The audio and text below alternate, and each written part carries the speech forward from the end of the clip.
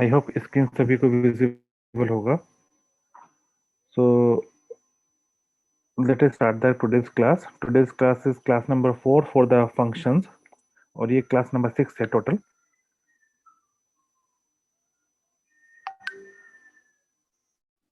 Just a second, let me check. मेरे ख्याल से थोड़ा सा PDF गलत आ गया है. 1 मिनट का टाइम दीजिएगा. मुझे दोबारा से इसे स्टॉप करना पड़ेगा और मैं करेक्ट PDF लेकर आता हूँ. 1 मिनट का टाइम दीजिएगा.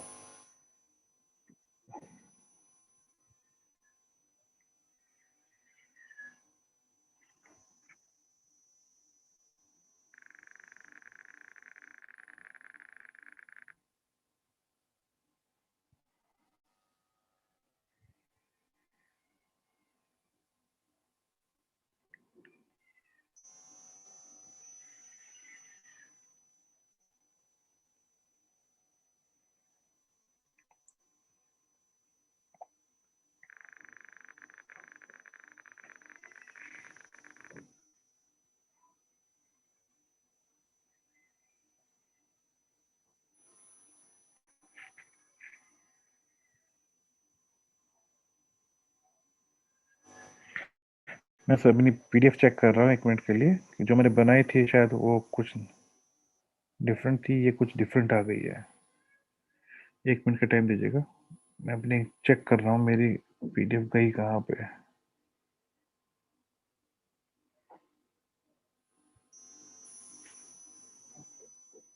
ओके.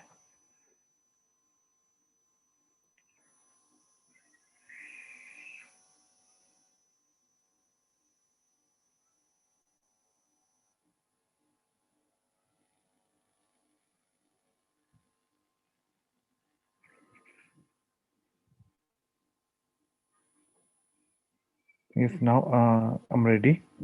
मैं अपनी स्क्रीन शेयर करता हूँ आपके साथ में और फिर हम लोग अपना काम स्टार्ट करते हैं.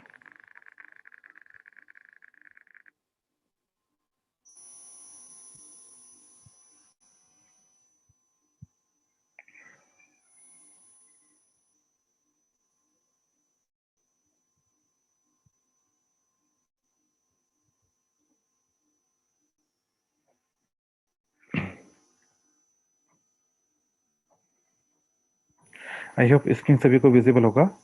So let us hope for the best and let us start the lectures. So this is going to be lecture number 4 on relations and functions, part 1. So you know about me. I'm Dr. R.K. Goswami and we are having a course on PGT. Background के बारे में जो हमें काम करना है आज का, वो हमें बेसिकली वन फंक्शन हम लोग लास्ट टाइम डिस्कशन कर चुके हैं. वन फंक्शन के लिए ऑन टू फंक्शन थोड़ा सा मैं रिफ्रेश करना चाहूँगा. Bounded and other type of functions में हमारे पास में पीरियोडिक फंक्शंस के बारे में भी कभी कभी बात होती है. प्रीवियस ईयर क्वेश्चंस ये लास्ट में मैंने इंक्लूड किए हैं, लेकिन आज जो मेरा मेन फोकस होगा that will be on the definition of various kinds of functions पे.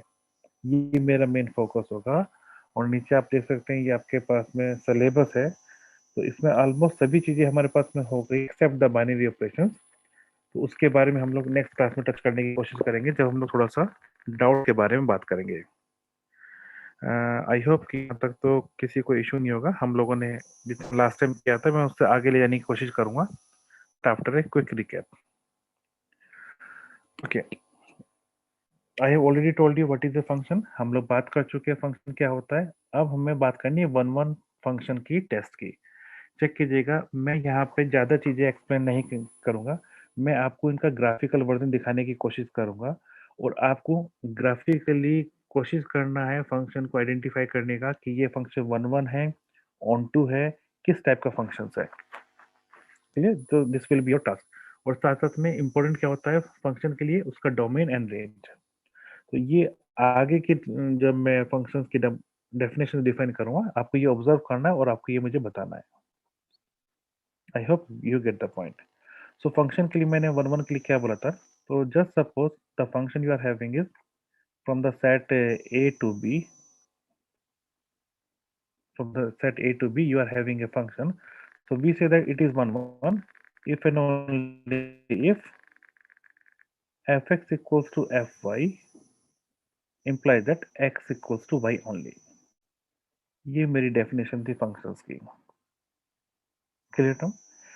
ओके, मुझे यहाँ पे ग्राफिकली वर्क करना है, सो मैं यहाँ पे एग्जांपल के थ्रू काम करना चाहूँगा। जस्ट सपोज मैं एक इंटेंशनली एग्जांपल लेता हूँ आपके पास में x पावर 3 का। x पावर 3 देखिए आपके पास में किस तरह बिहेव करता है। ये आपके पास है, आपके अपने ग्राफ कुछ इस तरीके से मूव करेगा। ये आपके पास में x एक्सिस है, ये आपके पास में y एक्सिस है। करना क्या है आपको, कुछ खास नहीं करना। You have to take a horizontal line. You have to take a horizontal line. In case horizontal line is intersecting the graph only at one point, कोई भी horizontal line सिर्फ एक ही point पे intersect करेगी, then it is going to be a one-one function. So graphically you can check. इसी तरीके से आप चेक कीजिएगा, आपका एक फंक्शन होता है sin x वाला function. I am using the wording y equals to sin x। आपका ये फंक्शन कुछ इस तरह से ऑसिलेशन में जाता है, चेक कीजिएगा। So in case if you take the horizontal line, ये मेरी horizontal line है y equals to 1। तो चेक कीजिएगा, आपके पास में मोर देन वन पॉइंट पे आपकी वैल्यू y इक्वल्स टू 1 है ग्राफ की।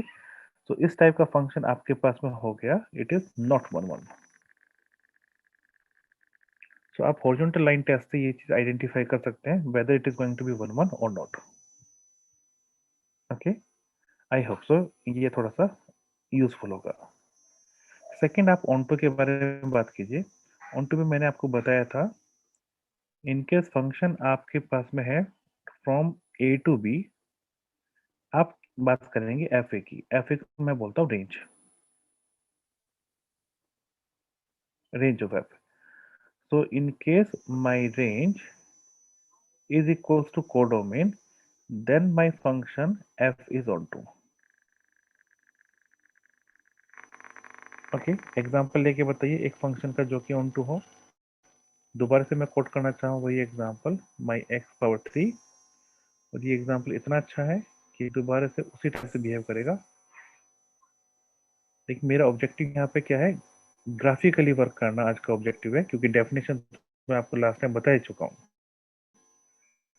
दोबारा से वो ये करना है, आपको यहाँ पे वर्टिकल सॉरी हॉरिजॉन्टल लाइंस को ड्रॉ करना है।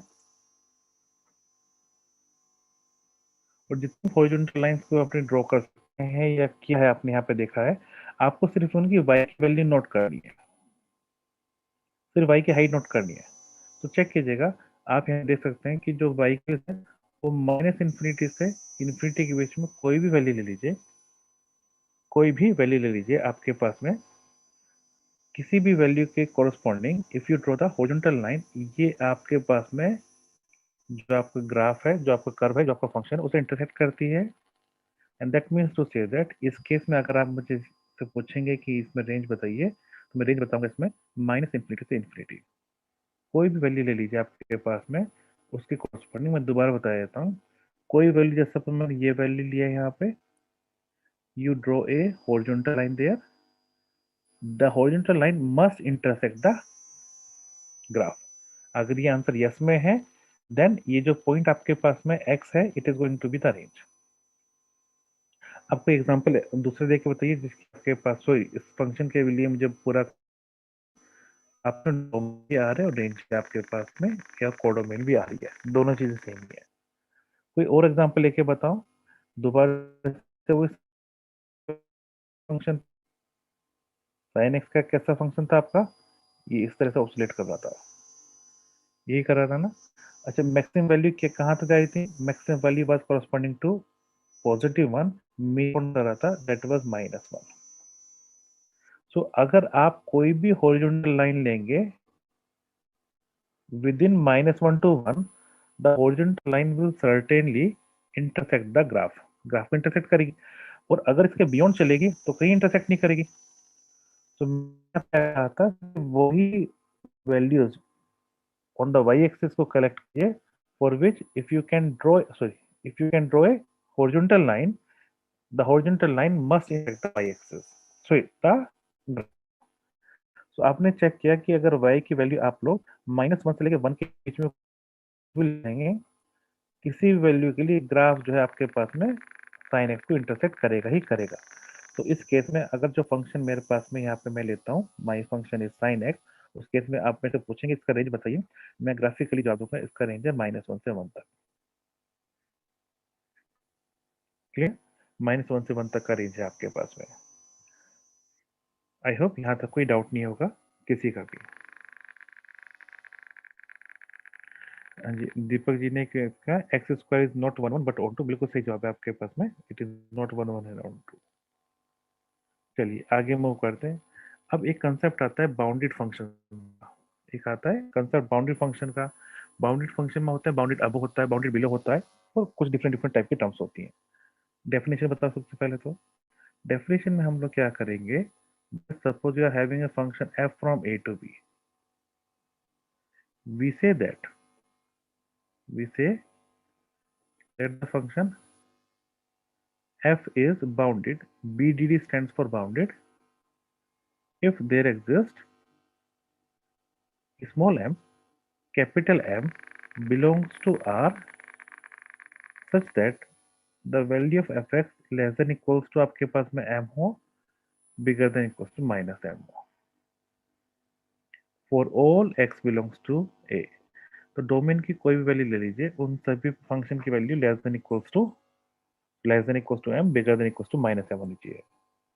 और इसकी इक्वलेंट डेफिनेशन भी है आपके पास में, if there exist capital M bigger than 0 such that the absolute value of fx is less than equals to m for all x belongs to a। ये दोनों ही डेफिनेशन जो हम लोगों ने यहाँ पे डिस्कस की हैं, दोनों ही आपके पास में इक्विवेलेंट डेफिनेशंस है बिना किसी डाउट के। अब दोबारा देखते हैं, जो हमने लास्ट क्वेश्चन किया था उसी की तरह बात कर लेते हैं। यहाँ पे चेक कीजिएगा, यहाँ पे सिंपल से चेक करो रेंज क्या आपके पास में है। रेंज आपके पास में -इन्फिनिटी से इन्फिनिटी तक है। Is it bounded? बाउंडेड का मतलब क्या होता है आपके पास में, लेंथ चेक कीजिए। लेंथ क्या होती है आपके पास में, लेंथ ऑफ एन इंटरवल, चाहे वो ओपन हो, क्लोज्ड हो, सेमी ओपन हो, सेमी क्लोज्ड हो, whatever, simply b minus a होती है। इन केस लेंथ आपके पास में फाइनाइट है, रेंज हम उसे बोलेंगे बाउंडेड फंक्शन है। इन केस रेंज लेंथ अगर इनफाइनाइट है, we call it unbounded function simply. मैंने अभी बाउंडेड बिलो बाउंडेड अबव का कंसेप्ट आपको नहीं बताया, मैं सिंपल सा बाउंडेड या अनबाउंडेड में ही डील कर रहा हूँ अभी। तो इसके अगर जो पहले वाला क्वेश्चन है जो मैंने फर्स्ट किया था, इसके रेंज के बारे में बात करेंगे। इस रेंज की अगर लेंथ चेक करेंगे, you will get plus infinity. तो this is an unbounded function. और जो दूसरा फंक्शन है साइन एक्स, उसकी रेंज बताइए क्या होगी आपके पास में। तो चेक कीजिएगा, y value less than equals to 1, bigger than equals to -1, तभी आप लोगों को याद होगा, आप लोग लिखते हैं यहाँ पे sine x less than equals to 1 है, बिगर देन इक्वल्स टू -1 है। तो ये जो फंक्शन है साइन एक्स, ये आपके पास बाउंडेड फंक्शन है, और जो आपका एक्स क्यूब फंक्शन है वो आपके पास में अनबाउंडेड फंक्शन है। Okay, yes, right. कुछ फंक्शन ऐसे होते हैं जो कि बाउंडेड बिलो होते हैं, और कुछ फंक्शन ऐसे होते हैं जो कि बाउंडेड अब होते हैं। एग्जांपल देखिए बताओ, मैं एक छोटा सा एग्जांपल कोट करना चाहूंगा यहाँ पे। जस्ट सपोज मेरा फंक्शन आपके पास में नेचुरल नंबर से और आपके पास में आर पे एज्यूम कीजिए फॉर द मोमेंट। तो आप यहाँ पे चेक कर पाएंगे, और मैं डिफाइन करता हूँ फंक्शन की, my f x is going to be simply x. Check कीजिएगा। अब इस केस में हम लोग क्या चाहते हैं, आपकी f1 की वैल्यू कितनी थी, the value of 1 is 1, value of 2 is 2, value of 3 is 3, and up to so on. तो आपको यहाँ पे ऑब्जर्वेशन क्या मिल रहा होगा, the value of the function is always bigger than equals to 1 whatever x you take from the natural number, and that means to say that the function f is bounded below. Check कीजिएगा, अगर ये आपकी condition less than, sorry, you are able to get a constant which is less than the value of the function for any x from the domain, तो आपके पास bounded below होता है। Bounded अबो का example दीजिए। मैं यहाँ पे एक और चीज थोड़ा सा मेंशन करना चाहूंगा, इंक्रीजिंग या डिक्रीजिंग फंक्शन वाला। तो चेक कीजिएगा, वैल्यू आपके पास में इंक्रीज कर रही है, so it is going to be an increasing function. तो अगर मैं फंक्शन यहाँ पे मुझे फंक्शन को मैं जी कर लेता हूँ, जी फंक्शन सेम टाइप का फंक्शन डिफाइन कर रहा हूँ बस यहाँ पे, बट यहाँ पे डेफिनेशन में जी एक्स को मैं नेगेटिव कर रहा हूँ बस।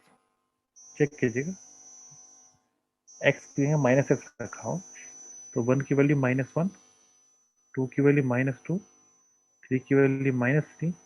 ऑब्जर्वेशन कीजिए, the value of g x is always going to be less than equals to -1 for any x belongs to n. और इस बार आपके पास में टॉप पे वैल्यू है, so that is why it is going to be your bounded above. I hope आप यहाँ पे बाउंडेड अबव बाउंडेड बिलो का कंसेप्ट थोड़ा सा समझ गए होंगे, और बाउंडेड का भी समझ गए होंगे। सिंपल सा रेंज चेक करनी है, रेंज की बस वैल्यू चेक करनी है, दैट इज लेंथ। और लेंथ आपके पास में क्या होती है, b - a for any interval. तो अगर वहाँ पे इन्फिनिटी इन्वॉल्व हो गया तो सर्टेनली आपके पास में लेंथ इन्फिनिटी हो जाएगी, okay, and the function becomes unbounded for you. I hope ये स्लाइड्स अभी तक समझ में आई होगी आपको। अब यहाँ पे एक क्वेश्चन ये होता है आपके पास में कि इनकेस अगर फंक्शन आपके पास में बाउंडेड है तो lower limit sorry lower value exist करेगी, अपर सॉरी अपर लिमिट एग्जिस्ट करेगी कि नहीं करेगी। मैं अपर लिमिट गलत यूज कर रहा हूँ, it is called the upper bound. क्योंकि आप लोगों ने सभी ने बीएससी एमएससी की है, तो आई होप आप लोग सभी अपर बाउंड और लोअर बाउंड के बारे में जानते होंगे। नाउ द क्वेश्चन इज कि ये ऑलवेज एग्जिस्ट करेगी, जवाब है नहीं, डिपेंड्स अपॉन द क्वेश्चन। कि अगर आपके पास में फंक्शन बाउंडेड है तो सर्टेनली एग्जिस्ट करेंगी, अगर फंक्शन बाउंडेड नहीं है उस केस में आपके पास में अपर बाउंड एग्जिस्ट करेगी या लोअर बाउंड एग्जिस्ट करेगी, depends upon the question actually. Clear, एक क्वेश्चन पे डिपेंड करता है, इन जनरल हम लोग इसके बारे में नहीं कह सकते। सिर्फ वन वे ट्रैफिक है यहाँ पे। वन वे ट्रैफिक का मतलब अगर आप बोलते हैं बाउंडेड है, इसका मतलब क्या होता है आपके के पास में, that it is bounded below and above, it is bounded below and above. Okay, reverse way में आपको थोड़ा सा देखना पड़ेगा। So now let us just move to the next slide. अब एक क्वेश्चन कभी कभी आता है, मैंने देखे हैं पीजीटी में क्वेश्चन, इसमें आपके पास में पीरियड्स के बारे में बात करते हैं। तो पीरियड का मीनिंग आप लोग जानते हैं ऑलरेडी, फिर भी मैं बताना चाहूंगा। चेक कीजिएगा, जस्ट सपोज ये ग्राफ साइन का आपके पास में, ये ग्राफ आपको पता है, आपने 0 से स्टार्ट किया, ये आपका पाई था, ये आपका 2 पाई था। आप ऑब्जर्व कीजिए कि 2 पाई के बाद में जो ग्राफ है आपके पास में वापस इसी तरह मूवमेंट देता है। क्लियर, तो आपकी जो वैल्यू π/2 पे थी वही वैल्यू आपको यहाँ पे दिख रही है 5π/2 पे। चेक कीजिए, वैल्यू यहाँ पे भी 1 थी आपके पास में, वैल्यू यहाँ पर भी 1 ही है। तो इन केस, तो यहाँ पे जो प्रॉपर्टी मैं देख पा रहा हूँ, जो साइन की जो वैल्यू आपके पास में x थी, अगर आपने उसमें 2 पाई ऐड किया, you are getting the same value. And actually this statement is true for any of the trigonometric function. किसी भी ट्रिगोनोमेट्रिक फंक्शन के लिए ये प्रॉपर्टी बिना किसी डाउट के। सो ये जो आपके पास में कांस्टेंट जो आपने यहाँ पे ऐड किया है, this constant is called the period. और ऐसी प्रॉपर्टी में जहाँ पे फंक्शन वैल्यू को दोबारा से रिपीट करता है, the function is called the periodic function. So the definition goes like this: let t be bigger than 0, be smallest,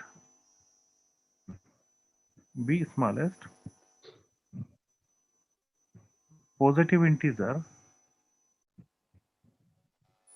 such that the function f x plus t, I hope by default my f is my function, by default my f is my function, it is going to be over f1। In case किसी का कोई भी issue हो तो please मुझे बताएं, लेकिन unmute तभी करें जब कोई डाउट हो, जब या मैं आपकी प्रॉब्लम को एड्रेस नहीं कर पा रहा हूँ। ठीक है, उसी केस में फिर हम लोग डिस्कशन ले पाएंगे। आपकी जो भी क्वेरीज हो आप लोग मुझे उस पर क्या होते हैं, आपका जो यूट्यूब पे के थ्रू भी डाल सकते हैं, और आप मुझे जूम पे जो चैट बॉक्स है उसके थ्रू भी आप मुझे मैसेज कर सकते हैं। चेक कर लेता हूँ इन पे कोई कमेंट तो नहीं है।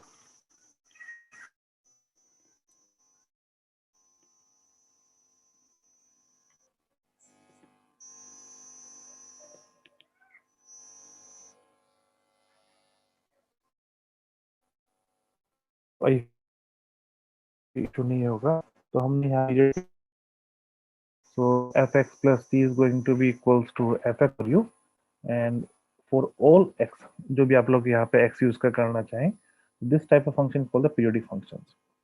तो पीरियोडिक फंक्शन में आपको बताना चाहूंगा जितने ट्रिगोनोमेट्री फंक्शन है जैसे साइन है आपके पास में, कोस है आपके पास में, इनका पीरियड होता है 2 पाई। इनका पीरियड क्या होता है आपके पास में 2 पाई का पीरियड। उसके अलावा आपका जो टेन होता है आपके पास में या टेन या कोट रेसिप्रोकल का सेम ही होता है तो लिखने की जरूरत नहीं है मुझे यहाँ पर। टेन का पीरियड आपके पास में क्या होता है तो बताना चाहेगा इसका आंसर में। ओके मुझे लगता है कि कोई साउंड इशू है, आप सभी साउंड चेक कीजिए।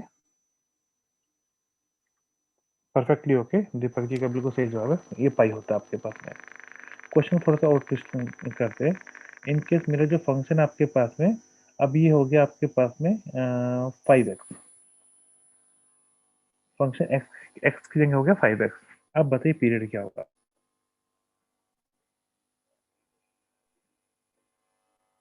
चेक कीजिए। अब बताइए पीरियड क्या होगा इसका। द आंसर इज, इस क्वेश्चन को करने के लिए चेक कीजिएगा, मुझे साइन के पीरियड के बारे में चाहिए। What is the period of sine? Sine का पीरियड होता है हमारे पास में 2 पाई। आप क्या करेंगे, 5x को 2 पाई के इक्वल रख देंगे। What is the value of x you are getting? It is 2/5 pi. तो ये जो आपका आंसर होगा this is going to be the period.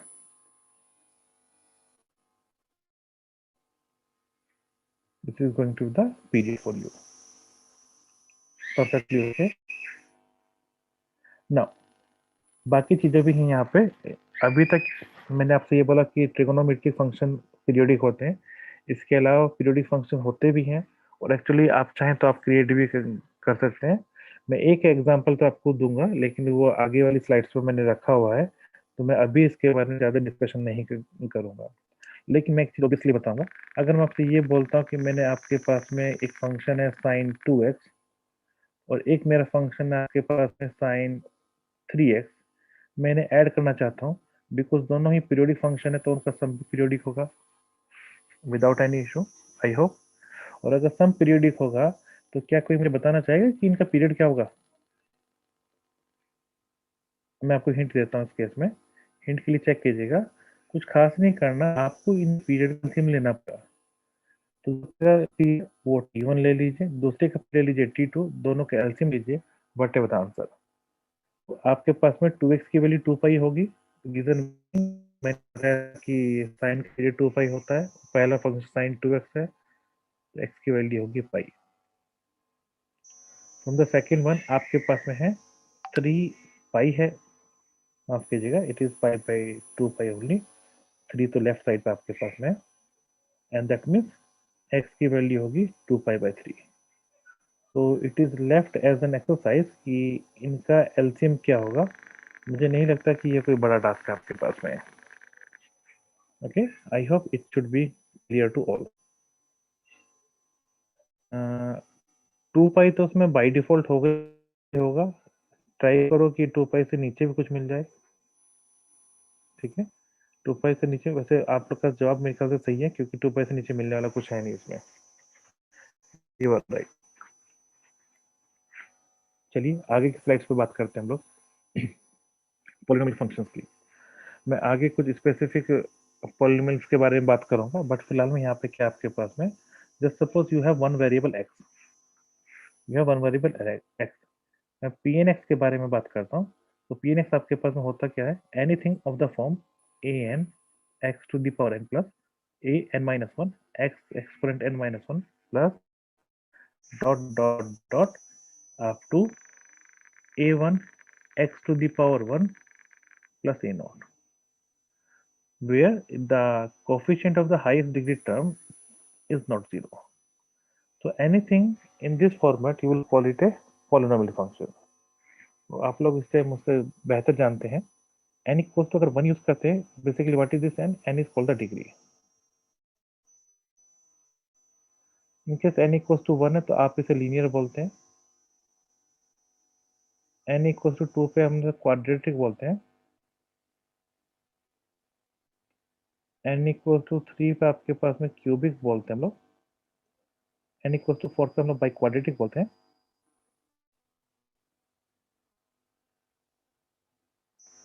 n equal to 5 के लिए हमारे पास क्यूंटिक आता है, मुझे शायद स्पेलिंग सही से याद नहीं है, बट आपसे डिग्री 5 डिग्री से पूछ सकते हैं।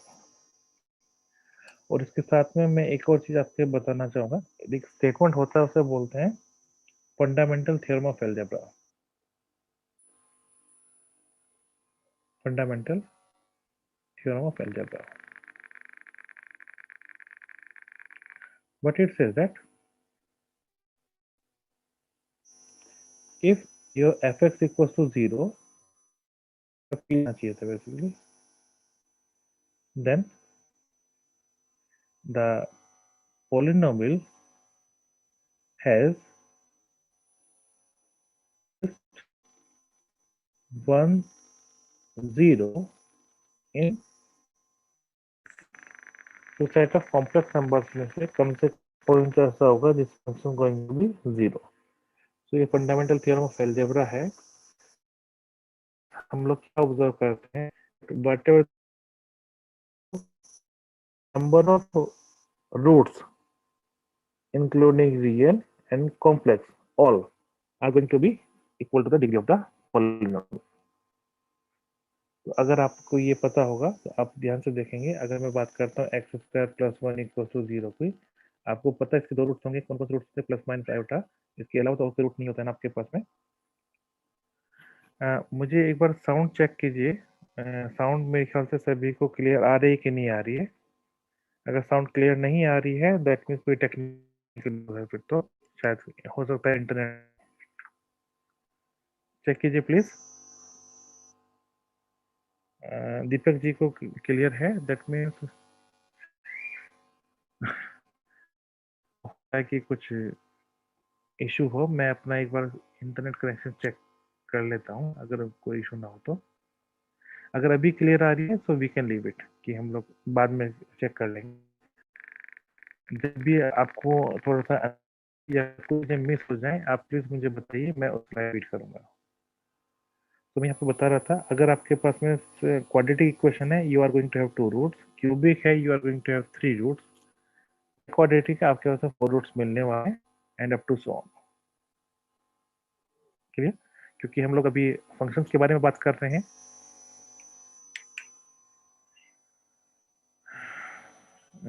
बच्चों काफी का कंप्लेन आ रही है, मैं 1 मिनट के लिए साउंड चेक कर लेता हूँ, मैं आपको 2 मिनट के लिए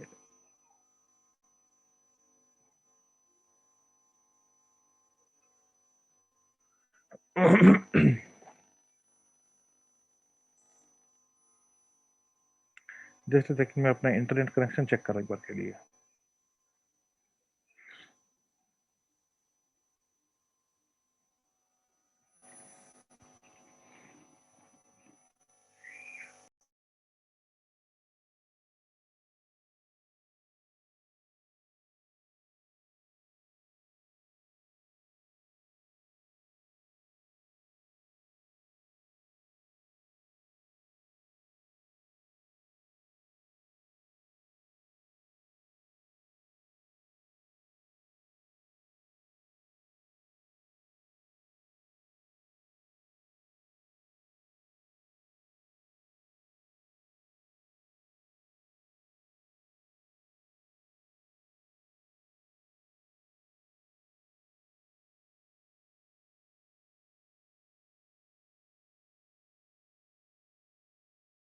ये मेरी तरफ से थोड़ा सा इंटरनेट का इशू है, मुझे 1 मिनट का टाइम दीजिएगा।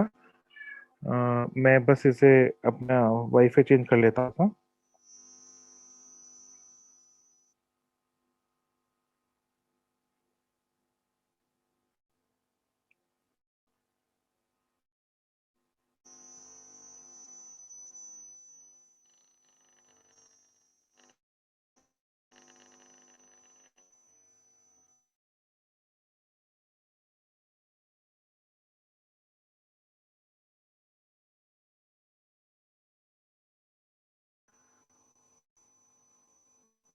यस आई थिंक मैंने अपना नेटवर्क चेंज किया है, प्लीज चेक कीजिए। मेरी साउंड अभी क्लियर है आप लोगों को? इंटरनेट में इशू था मेरी तरफ से। Am I clear now? Sound आ रही है आप सभी को मेरी?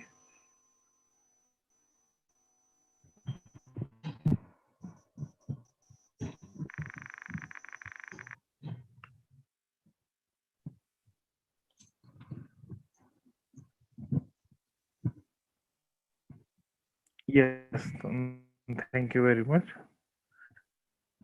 ट्राई करते हैं, नहीं हो पाता है अगर फिर भी साउंड का इशू आ रहा है then we have to postpone the class. ये सभी बच्चों को पोस्टपोन इशू आएगा तो हम लोग क्या करेंगे, फिर कोई ऑप्शन नहीं बचेगा।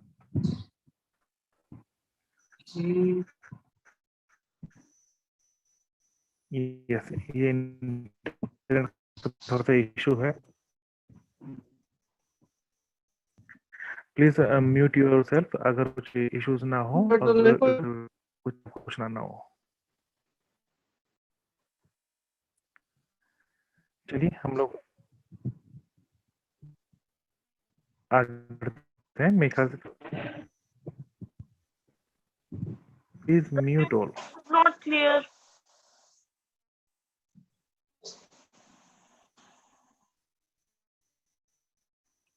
चेक कीजिए। मेरी रिक्वेस्ट आप लोगों से, आप प्लीज अपने आप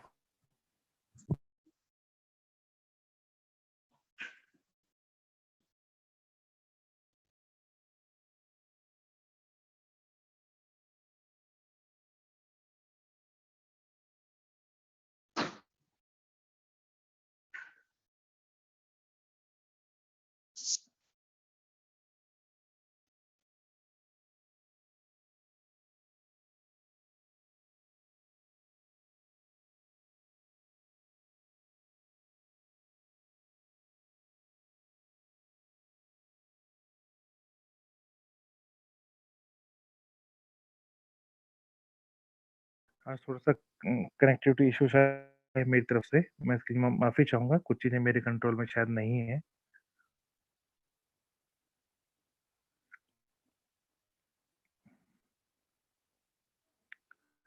आई होप कि यहाँ तक अभी अगर लाइव है तो फिर हम लोग एक बार चेक कर लेते हैं। आप प्लीज अगर यूट्यूब पे है तो कोई मुझे बताएगा कि हमारे स्क्रीन दिखाई दे रही है नहीं दे रही है? चेक कीजिए please. Yes sir, sir clear. चलिए मैं इस स्क्रीन को रिकॉर्डिंग पे भी लगा देता हूँ, अदरवाइज दिख नहीं रहा है। एक बार जरा यूट्यूब पे चेक कर लीजिए, वी आर लाइव नाउ और not? Yes I think we are live. Sorry for the unnecessary inconvenience. Okay, बात करते हैं इसके आगे की हम लोग। यहाँ पे मैंने कुछ फंक्शंस को चूज किया है। अभी अब से बाद में जब भी हम लोग जितने फंक्शंस के बारे में बात करेंगे, आपका सिर्फ एक ही एजेंडा होगा। वो क्या होगा? आपको चेक करना है फंक्शन का डोमेन क्या है, फंक्शन की रेंज क्या है, फंक्शन बाउंडेड है कि नहीं है, फंक्शन पीरियोडिक है कि नहीं है। आपको सिर्फ ये बात करनी है, ठीक है? और इस स्लाइड से पहले मुझे एक और चीज बात करनी थी, इवन फंक्शन की। शायद मैंने नहीं की, कोई बात नहीं, बाद में कर लेंगे। मेरे ख्याल से वो स्लाइड आगे पीछे हो गई होगी कुछ। इवन फंक्शन अब तक आना चाहिए था, पता नहीं क्यों नहीं आया। एक्स इवन का मतलब क्या हुआ मेरे लिए? मेरे लिए एक्स इवन का मतलब है फंक्शन आपके पास में, आप ले लीजिए एक्स स्क्वायर, आप ले लीजिए यहाँ पे एक्स पावर 4 ले लीजिए, एक्स पावर 6 ले लीजिए। इन सभी का ग्राफ के बारे में बात करेंगे। सही बात बताऊं तो इन जनरल सभी का ग्राफ ऐसे ही होता है। सभी का ग्राफ ऐसे ही होता है, कुछ खास फर्क नहीं होता। लेकिन हाँ, अगर आपने दो फंक्शन, जैसे सपोजिंग मैंने आपका जो ग्राफ है एक्स स्क्वायर वाला बना दिया, मुझे यहाँ पे मैं लेता हूँ एक्स पावर 4 का बना दिया। आप कुछ भी ले लीजिए यहाँ पे। उसके अलावा अगर आपके पास में एक्स स्क्वायर, आपको एक्स स्क्वायर का ग्राफ अगर इसके रेस्पेक्ट में आपको करना है तो वो कैसे हम लोग डील करेंगे? तो चेक कीजिएगा, एक्स स्क्वायर का ग्राफ जो है इससे हल्का सा वाइड होगा, शेप वही होगी। मेरी ड्राइंग इतनी अच्छी नहीं है, शेप वही होगी बट हल्का सा वाइड होगा। तो सीधी सी बात की जाए तो ये सारे ग्राफ आपके पास में एक्स स्क्वायर वाले होंगे, ठीक है? यू शेप ग्राफ आपके पास में होंगे। इन केस अगर आप यहाँ पे फंक्शन को नेगेटिव कर देते हैं, किसी को भी नेगेटिव कर दीजिए, तो आपका जो ग्राफ है होगा तो U shape he, but direction reverse हो जाएगी। क्योंकि डायरेक्शन रिवर्स हो जाएगी, इसके अलावा कुछ नहीं है। और मैं यहाँ पे एक चीज बताया तो मुझे पता है, मैंने लेटर उन स्लाइड्स में कहीं ना कहीं लिखा होगा, एक मैंने टर्म लिखी होगी इवन फंक्शन के लिए। और इवन फंक्शन शायद मैंने लास्ट में भी डिस्कस किया था आपके पास में, मैं थोड़ा सा रिकॉल करा देता हूँ। इवन फंक्शन के लिए मैं कुछ चीज रफ कर देता हूँ अननेसेसरी दिखाने के लिए। यस, डेफिनेशन क्या थी, एफ ऑफ माइनस एक्स की वैल्यू एफ एक्स हो, तो अगर फंक्शन की पावर इवन है तो उस पर अगर negative x to the power even करेंगे, you will going to get x to the power even. तो ये फंक्शन इवन होता है। और इवन फंक्शन का जो ग्राफ है वो हमेशा सिमेट्रिक होता है अबाउट वाई एक्सिस। चेक कर लीजिए, इवन फंक्शन का ग्राफ जो है हमेशा वाई एक्सिस के अबाउट सिमेट्रिक होता है। आप कोई भी इवन फंक्शन ले लीजिए, आपको ये वाला पॉलिनोमियल एक्स पावर इवन अच्छा नहीं लगता, आपको कोस अच्छा लगता है, आप कोस का ग्राफ ले लीजिए। आपका जो कोस का ग्राफ होगा वो भी आपके पास में वाई वाई एक्सिस के रेस्पेक्ट में अगर रिफ्लेक्शन लेंगे, it is going to be same. हम लोग आगे जाके बात करेंगे ट्रिगोनोमेट्री फंक्शन की, तब जाके मैं इसके बारे में डिटेल में बात करूंगा। क्लियर? अभी मुझे क्या बात करनी है, ये फंक्शन वन वन है आपके पास में, बताइए ये फंक्शन ऑन टू है आपके पास में। दोनों के लिए सिर्फ एक ही काम है, ये लो जी लाइन टेस्ट कर लो। और क्योंकि यहाँ पे आपको दो ग्राफ दिख रहे होंगे, दो ग्राफ अच्छे नहीं लगते, एक काम करते हैं, एक को एलिमिनेट कर देते हैं।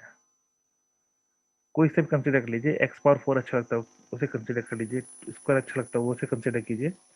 जल्दी से मुझे बताइए, ये ग्राफ आपके पास में ऑन टू बाई डिफॉल्ट मैं फंक्शन का एज्यूम कर रहा हूँ आर टू आर, ये ऑन टू है कि नहीं है? अगर ऑन टू नहीं है तो मुझे रेंज बताइए क्या है आपके पास में। रेंज के अलावा मुझे ये बताइए फंक्शन आपके पास में पीरियोडिक है कि नहीं है आपके पास में। So now tell me, is the function one one? Is the function one one? Answer is no. Why? Because any horizontal line will intersect the graph at one point. So the answer is no here. Is it on to? The answer is no. Why it is not on to? Because अगर range की बात करेंगे तो आपको सिर्फ ये values collect करनी पड़ेंगी y की, यहीं पे तो इंटरसेक्शन हो रहा है आपके पास में। So what are the values of y? ये वैल्यूज आपके पास में जीरो से लेके इन्फिनिटी तक, जीरो से लेके इन्फिनिटी तक। So certainly it is not going to be onto. क्यों? ऑन टू के लिए तो आपके पास में आर होना चाहिए था। और पीरियोडिक है आपके पास में? नो, ये अपनी वैल्यू को रिपीट कर ही नहीं रहा है। तो एक वैल्यू यहाँ पे थी, दूसरी वैल्यू यहाँ पे आ गई, उसके बाद रिपीटेशन कुछ हुआ ही नहीं। अगर कहीं पे और जाकर रिपीटेशन आता तो बात की बात थी। सो it is not a periodic function. Clear? मैं यहाँ पे एक चीज थोड़ा सा आपके साथ में मेंशन करना चाहूंगा, दिखाना चाहूंगा, बताना चाहूंगा। मुझे एक चीज बताइए, अगर मैं फंक्शन को ये राइट कर दूं, the function is defined from 0 to infinity to r, the same function you are having. Can you, can you can anyone tell me, is it going to be 1 1? ये 1 1 होगा कि नहीं होगा, बताइए। मैंने क्या किया, मैंने सिर्फ आपके पास में डोमेन को रेस्ट्रिक्ट किया, उसके अलावा कुछ नहीं किया है। And if you wish to check, मैं इसे बस एलिमिनेट कर देता हूँ, चेक कीजिए, ये काम मैंने किया है। एक पोर्शन को एलिमिनेट करते आपकी कोई भी horizontal line will intersect at one point only. So answer इस केस में यस हो गया। ध्यान से चेक कीजिएगा, जब भी आपको मैनी वन फंक्शन को वन वन में कन्वर्ट करना हो, what you will do, you will shrink the domain, domain को छोटा कर दो, आपका काम बन जाएगा। और इसी तरीके से जब भी कोई फंक्शन ऑन टू नहीं हो,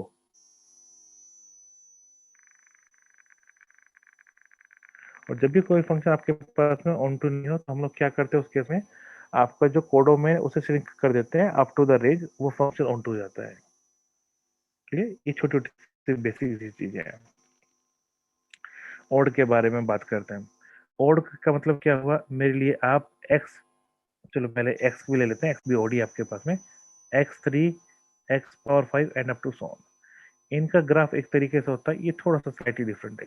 स्पेशल केस इस वजह से ये वाला एक्स वाला, क्योंकि यहाँ पे कोई भी इन्फ्लेक्शन वगैरह, शायद ऐसा कुछ मैं वर्डिंग यूज नहीं कर पाता इसके लिए। ये आपके पास में सिंपल सा ग्राफ है। किसका ग्राफ ये वाला आपके पास में? It is the graph of f x equals to x. Cube का बताइए। आप में से क्यूब का ग्राफ पूछेंगे, एक्स पावर 5 का पूछेंगे, किसी का ग्राफ पूछ लीजिए, मेरा जवाब सिर्फ एक ही होगा, ये लीजिए। इस तरीके से ग्राफ मूवमेंट होगा। अब बात कीजिए दोबारा से, ये फंक्शन 1 1 है। जल्दी से बताइए, आपको ये सोचना है कि आपको हॉरिजॉन्टल लाइन लेके बताना है। ये फंक्शन ऑन टू है, बताइए। इसका डोमेन बताइए आप लोग क्या होगा। इसका रेंज बताइए क्या है आपके पास में। और ये फंक्शन पीरियोडिक है कि नहीं है। ये 5 सवाल मेरे पास आप लोगों के लिए है। प्लीज आप लोग चाहे तो यूट्यूब पे भी कमेंट कर सकते हैं। मुझे लगता है थोड़ा सा देर में पहुंचता है ये वाला। 1 1 ऑन टू, 1 1 भी है, ऑन टू ये परफेक्टली ओके, सही जवाब दिया है। Yes it is 1 1, yes it is onto. आप चेक कर सकते हैं, एक ही बार इंटरसेक्ट करेगा। And the domain is certainly R there and the range is also certainly R. You are absolutely genius. आप सभी ने अच्छा काम किया है। बिल्कुल हिमांशु जी ने सही यूज किया। 1 1 ऑन टू को हम लोग बाइजेक्टिव भी बोलते हैं। सो बाइजेक्टिव बोलते तो इनवर्स तो मिलेगा ना। क्लियर। लास्ट में शायद अगर हम लोग वहां तक पहुंच पाए तो मैंने एक दो क्वेश्चन रखे हुए हैं जहां पे मैंने सेल्फ इनवर्स के बारे में बात किया है। तो आई होप कि मैं वहां तक पहुंच पाऊं। लगता नहीं है। अब बात करते हैं ट्रिगोनोमेट्री फंक्शंस की। ट्रिगोनोमेट्री फंक्शन बड़े अच्छे बड़े प्यारे फंक्शन है, और सभी को जिस भी चीज को डिफिकल्ट बनाना हो, एक तो उसमें ट्रिगर लगा दो, और एक हमारे पास होता है ग्रेटेस्ट इंटीजर फंक्शन। दो फंक्शन लगा दो, आपका जो क्वेश्चन है अपना आप डिफिकल्ट बन जाता है। क्लियर। तो ये आपके पास में बड़े इंपॉर्टेंट फंक्शंस है। तो मैं सिंपल से यहाँ पे बात करना चाहूंगा। आपका फंक्शन है साइन, मैं ज्यादा डिटेलिंग में नहीं जाऊंगा, सिर्फ डोमेन लिखूंगा और रेंज लिखूंगा। मैं दोबारा वर्डिंग यूज कर रहा हूँ, रेंज ओनली। तो राइट साइड को कोडोमेन मत समझना, मेरे लिए ये रेंज है। इसका ग्राफ क्या होता है आप लोग सभी जानते हैं, मुझे बताने की रिक्वायरमेंट नहीं है। और ये आपके पास में इस तरीके से है। मैं ये जानना चाहूंगा, is there any kind of symmetry there? Symmetry check कीजिए। सिमेट्री का मतलब क्या होता है कि आपको ये चेक करना इवन है कि नहीं है, ऑड है कि नहीं है। तो जल्दी से चेक कीजिए, फंक्शन आपके पास में इवन है या ऑड है। पहला क्वेश्चन आपके पास में, फंक्शन 1 1 है कि नहीं है। कॉन्टिन्यूस के लिए चेक कीजिए, और पीरियोडिसिटी के लिए चेक कीजिए। जल्दी से जवाब दीजिए।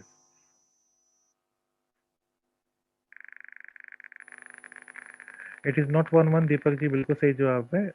It is odd function, perfectly okay है। और इसके अलावा पीरियड के बारे में बात कीजिए। अच्छा, सिमेट्रिक है आपके पास में, चेक कीजिए। ऑड फंक्शन है। ऑड फंक्शन होता क्या है बेसिकली, ये अपोजिट क्वाड्रेंट में सेम होता है। अपोजिट क्वाड्रेंट मतलब क्या हुआ, ध्यान से देखिए। जैसा ग्राफ ये था फर्स्ट क्वाड्रेंट में, वैसे ही आपके पास में थर्ड क्वाड्रेंट में है। क्लियर। जैसा आपके पास में सेकंड क्वाड्रेंट में, सॉरी फोर्थ क्वाड्रेंट में, वैसे ही आपके पास में सेकंड क्वाड्रेंट में है। तो इस तरीके से अपोजिट क्वाड्रेंट में आपके पास में सिमेट्रिक होता है, सेम होता है, in case if you are having odd function. और साइन इतना अच्छा फंक्शन है, साइन ऑफ माइनस एक्स की वैल्यू होती है आपके पास में नेगेटिव साइन एक्स। ये बताने की कहने की भी कोई जरूरत नहीं। Okay, it is true for all. ये फंक्शन 1 1 है, इट इज नॉट 1 1। ये फंक्शन ऑन टू है, बिकॉज मैंने लिया ही रेंज है तो ऑन टू है ही है। पीरियोडिसिटी के बारे में बताइए। यस, पीरियड है आपके पास में, और पीरियड में चेक कीजिए आपके पास में, आप लोग 2 पाई पे अपनी वैल्यू को रिपीट करते हैं, आप लोग 4 पाई पे वैल्यू रिपीट करते हैं, नेगेटिव 2 पाई पे भी करते हैं, और एक्चुअली 2 पाई की किसी भी मल्टीपल पे अपनी वैल्यू को रिपीट करते हैं। Multiple in the sense multiply by the integer से। Okay, multiply by the integer से आप अपनी वैल्यूज की रिपीट करते हैं। क्लियर। पीरियड क्या होता है, पीरियड होता है जी स्मॉलेस्ट पॉजिटिव नंबर जिससे आप अपनी वैल्यूज को रिपीट करेंगे। तो the answer is 2 pi in this case. अगली बात कीजिए। अगला दूसरा फेवरेट फंक्शन होता है कॉस फंक्शन। साइन और कॉस में बस एक ही डिफरेंस होता है, वो होता है फेज डिफरेंस। एक आपके पास में π/2 आगे, एक π/2 पीछे, उसके अलावा कोई डिफरेंस नहीं होता। तो इसे आप इस तरीके से प्लॉट करते हैं और मेरे ख्याल से ये आपके पास में हो गया। थोड़ी हेल्प करते रहिएगा। ये आपके पास में ग्राफ है, आगे भी प्लॉट कर सकते हैं। ये हुआ 0 π/2, ओके, देन आफ्टर 3 π/2 और लास्ट में ये वैल्यू ही आपके पास 2 पाई। पीछे भी आप लोग जा सकते हैं बिना किसी डाउट के। Okay, so now is it even function और odd function? The answer is it is an even function. Even function का जो ग्राफ होता है it is symmetric about the Y axis. तो एक काम कीजिए, इस वाई एक्सिस पर मिरर रख दीजिए। ये लीजिए, मैंने मिरर रख दिया। मिरर में चेक कीजिए, जैसे आप राइट साइड में वैसे ही आप लोग लेफ्ट साइड में है। 1 1 के बारे में बात कीजिए, it is not 1 1। Onto के बारे में बात कीजिए, it is not, it is onto. और पीरियड के बारे में बात कीजिए, period is also going to be 2 pi बिना किसी डाउट के। डोमेन रेंज में ऑलरेडी डिस्कस कर चुका हूँ, ऊपर फंक्शन की डेफिनेशन यहाँ से बताई थी।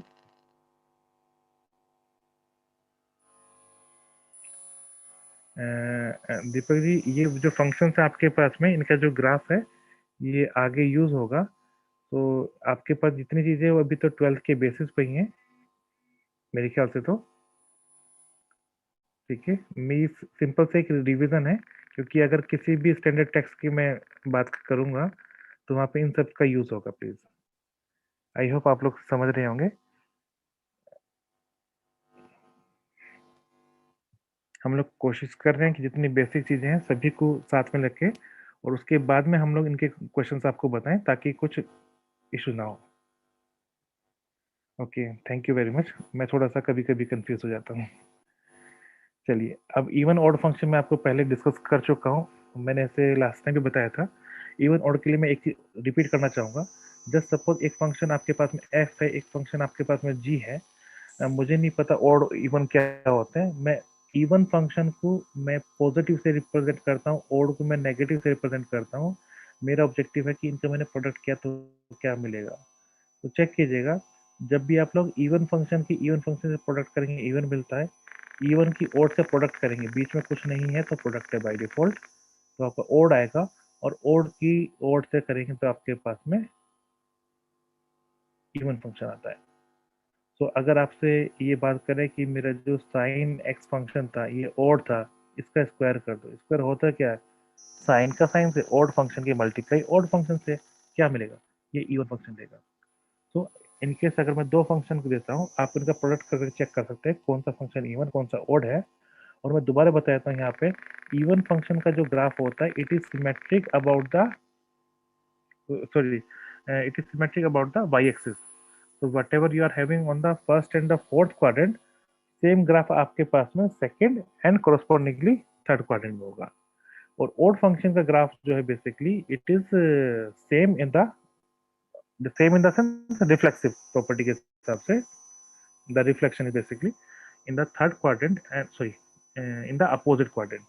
तो अगर आपका जैसा ग्राफ फर्स्ट क्वाड्रेंट में, उसके सिमिलर टाइप का ग्राफ आप बनाइए कहाँ पर? थर्ड क्वाड्रेंट में। एंड वट एवर सेकेंड में है आपके पास में, इसे आप बनाइए फोर्थ क्वाड्रेंट में। इसके बारे में लास्ट क्लास में डिस्कशन किया था, तो ज्यादा टाइम वेस्ट नहीं करना है यहाँ पर। अब ट्रिग्नोमेट्री फंक्शन, चलिए हमने तो बात तो कर ली थी। एक और फंक्शन के बारे में बात कर ली, tan के बारे में। और tan के बाद में बाकी तीनों फंक्शन के बारे में होमवर्क होगा, वो आप लोग ट्राई करेंगे। ठीक है, मैं कुछ ही चीजें बताऊंगा, सारा करूंगा तो इश्यू हो जाएगा फिर। चलिए, पहले तो डोमेन के बारे में बात कर लीजिए। डोमेन का इतना बड़ा इशू है कि डिनोमिनेटर cos x, क्योंकि आपके नोमिनेटर डिनोमिनेटर है, एक जो डिनोमिनेटर है आपके पास में वो जीरो नहीं होना चाहिए। So it is basically all x such that your cos x is not zero. अब अपने क्लास में पढ़ा क्या हुआ है कि cos x की वैल्यू जीरो कब होती है? जब आप लिखते हैं cos π/2 पे। ओके, तो cos आपके पास में फर्स्ट क्वाड्रेंट चेक कीजिएगा, cos कहाँ का पॉजिटिव होता है? फर्स्ट क्वाड्रेंट में और फोर्थ क्वाड्रेंट में, यही पॉजिटिव होता है आपके पास में। ये थीटा की वैल्यू मान लीजिए 2n पाई, मान लीजिए 2 मिनट के लिए थीटा की वैल्यू 2n पाई। एक चीज बताइए जरा, आपके पास में फर्स्ट क्वाड्रेंट में जाने का तरीका क्या होता है? फर्स्ट क्वाड्रेंट में जाने का तरीका होता है 2n पाई में अल्फा ऐड कर दीजिए। और फोर्थ क्वाड्रेंट में जाने का तरीका क्या होता है, 2n पाई में से अल्फा सबट्रैक्ट कर दीजिए। और देखिए कोस की वैल्यू तो सेम ही रहती है यहाँ पर। You get the point. तो इन चीजों को ध्यान में रखते हुए यहाँ पे जो आंसर होगा इसका एक्स कितना होगा जी, वो होगा जी 2n पाई प्लस माइनस का पाई बाई 2। अब बात ये कि प्लस माइनस थोड़ा सा ना कंफ्यूजिंग होते हैं हम लोगों के लिए। क्या कोई ऐसा तरीका है कि मैं यहाँ प्लस माइनस को हटा सकूं? मैं बाय डिफॉल्ट बता रहा हूँ, ये जो n है मेरे पास में इंटीजर्स है, कुछ और मत समझना, it is an integer until unless specified. N m जो भी मैं लूंगा वो इंटीजर्स लूंगा। अब ये मैंने बताया एन इंटीजर्स है, एन इंटीजर्स है तो फिर ये पीरियोडिक है, अपनी वैल्यूज को तो रिपीट करेगा। एक काम करो, प्लस माइनस को छोड़ो, एन की बस वैल्यू रख देना 1 2 3 4। तो अगर आप चाहो तो मैं इसकी वैल्यू ये भी रख सकता हूँ, it is 2n pi your plus pi by 2। आपको चाहिए तो आप यहाँ पे एन की वैल्यू -1 -2 जो भी रखना चाहे रख दीजिए, उसके हिसाब से भी आपके पास में आंसर आ जाएंगे। ओके, तो आपका मैं एक ही आंसर यहाँ पे राइट कर रहा हूँ, ये वाला। तो अगर मैं इसके डोमेन की बात करूँगा तो डोमेन आप मुझे क्या बोलेंगे, ऑल रियल लाइन में से जी वो पॉइंट हटा दीजिए जहाँ पे cosec 0, that means all x such that x equals to your 2n pi plus pi by 2 where your n belongs to Z. ये आपके पास में सेट ऑफ इंटीजर्स होगा। और अगर वैसे समझ में नहीं आता तो मैं दूसरा तरीका बता देता हूँ। आर में से एक काम कीजिए जी, प्लस माइनस का पाई बाई 2 हटा दीजिए। चेक कीजिए, ये जो वर्टिकल लाइन है प्लस माइनस पाई बाई 2 है। पाई का इंक्रीमेंट कीजिए, प्लस माइनस 3 पाई बाई 2 हटा दीजिए। फिर पाई का इंक्रीमेंट कीजिए, प्लस माइनस 5 पाई बाई 2 हटा दीजिए, and up to so on. तो इस तरीके से भी आप यहाँ पे डोमेन के बारे में बात कर सकते हैं। क्लियर? चलिए, आपका बिल्कुल सही जवाब। आगे की बात करते हैं। आगे का ये है आपके पास में जो डिनोमिनेटर है, अगर डिनोमिनेटर आपके पास में स्मॉल होता जाएगा तो आपका नोमिनेटर बढ़ता जाएगा वैल्यूज को। जनरली तो ऐसा सुनने में आया है, देखने में भी आया है। तो द ग्राफ की बात करेंगे, ये ग्राफ कैसे आता है वो तो मैं डिस्कस नहीं करना चाहूँगा यहाँ पे, अननेसेसरी टाइम वेस्ट हो जाएगा। बिकॉज ये कंसेप्ट आप लोग पढ़ते हुए आए हैं, ये ग्राफ होता है। चेक कीजिए, जो मैंने डॉटेड लाइन्स लिखी हुई है इनका एक सिग्निफिकेंस है, मैं बात करूँगा इनके बारे में। ये डॉटेड लाइन है theta equals to pi by 2। Theta नहीं लिखता मैं, एक्स लिख देता हूँ, x equals to pi by 2। दूसरी लाइन है x equals to minus pi by 2। These are vertical lines. और ये ऐसी वर्टिकल लाइन्स है, वर्टिकल लाइन्स का मतलब बाय डिफॉल्ट स्ट्रेट लाइन्स। ये ऐसी स्ट्रेट लाइन्स है जिसके एनालॉग आपका जो ग्राफ है it is moving up to infinity, infinity तक मूव करता है। सो दीज लाइन्स की वी कॉल एसिम्पटोट्स।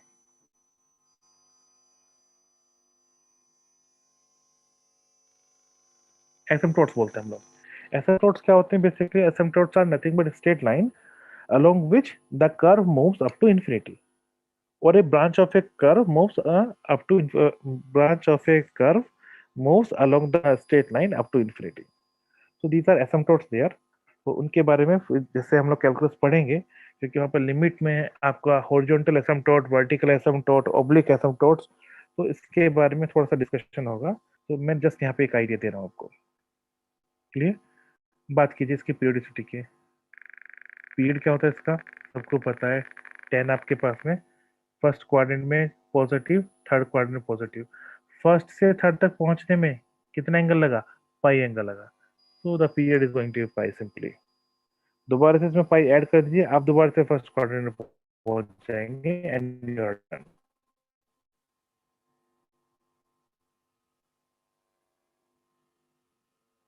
ये बेसिकली एसिम्पटोट होता क्या है, एक स्ट्रेट लाइन होती है और कर्व उसके अलोंग इन्फिनिटी तक मूव करता है।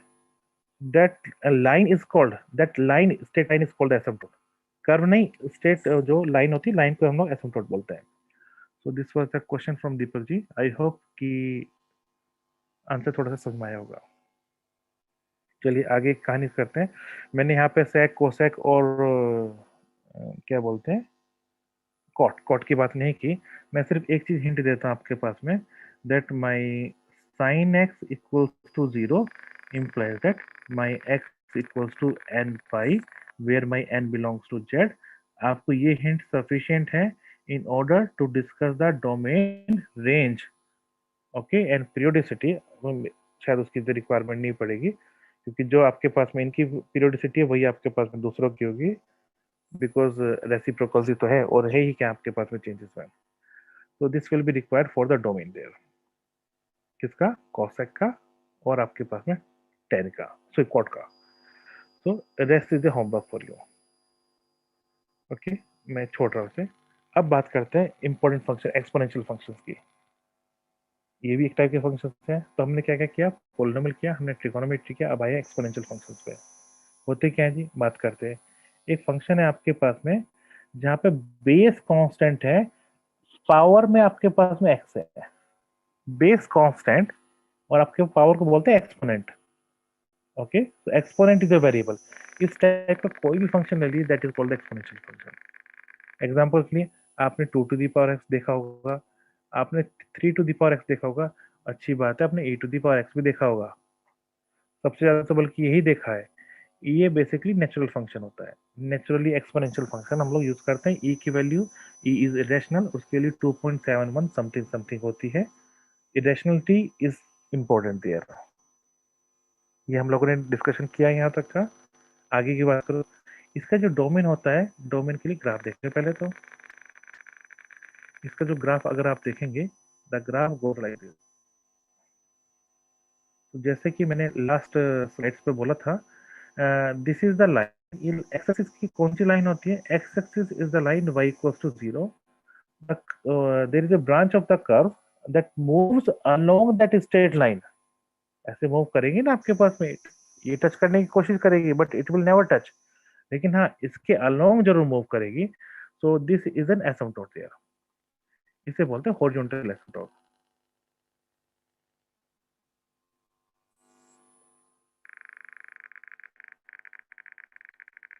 लास्ट टाइम वर्टिकल पढ़ा था, हॉरिजॉन्टल पढ़ लिया आपके पास में। अच्छा, उसके अलावा बताइए, ये जो आपके पास एक पॉइंट है, the point is going to be 10, not sorry 10, it is 01।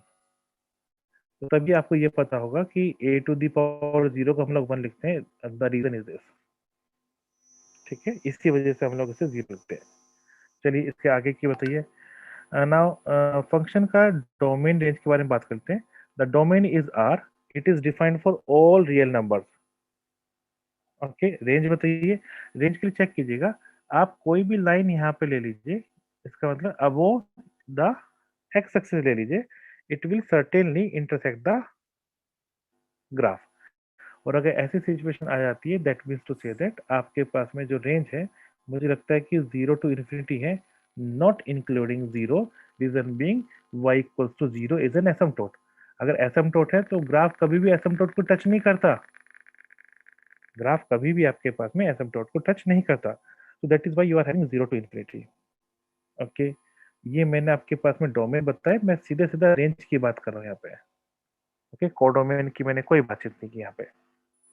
आगे की बात कीजिए, ये फंक्शन 1 1 है क्या आपके पास में, हाँ जी 1 1 है, साफ देख से पता चल रहा है। ऑन टू के बारे में बात कीजिए, अरे मैंने तो रेंज ही लिए है राइट साइड पे, मैंने कोडोमेन लिया ही नहीं। अगर आप रेंज ले रहे हैं तो सीधी सी बात है, फंक्शन आपके पास में ऑन टू है, तो ये पर्टिकुलर फंक्शन आपके पास में ऑन टू है, बिना किसी डाउट के।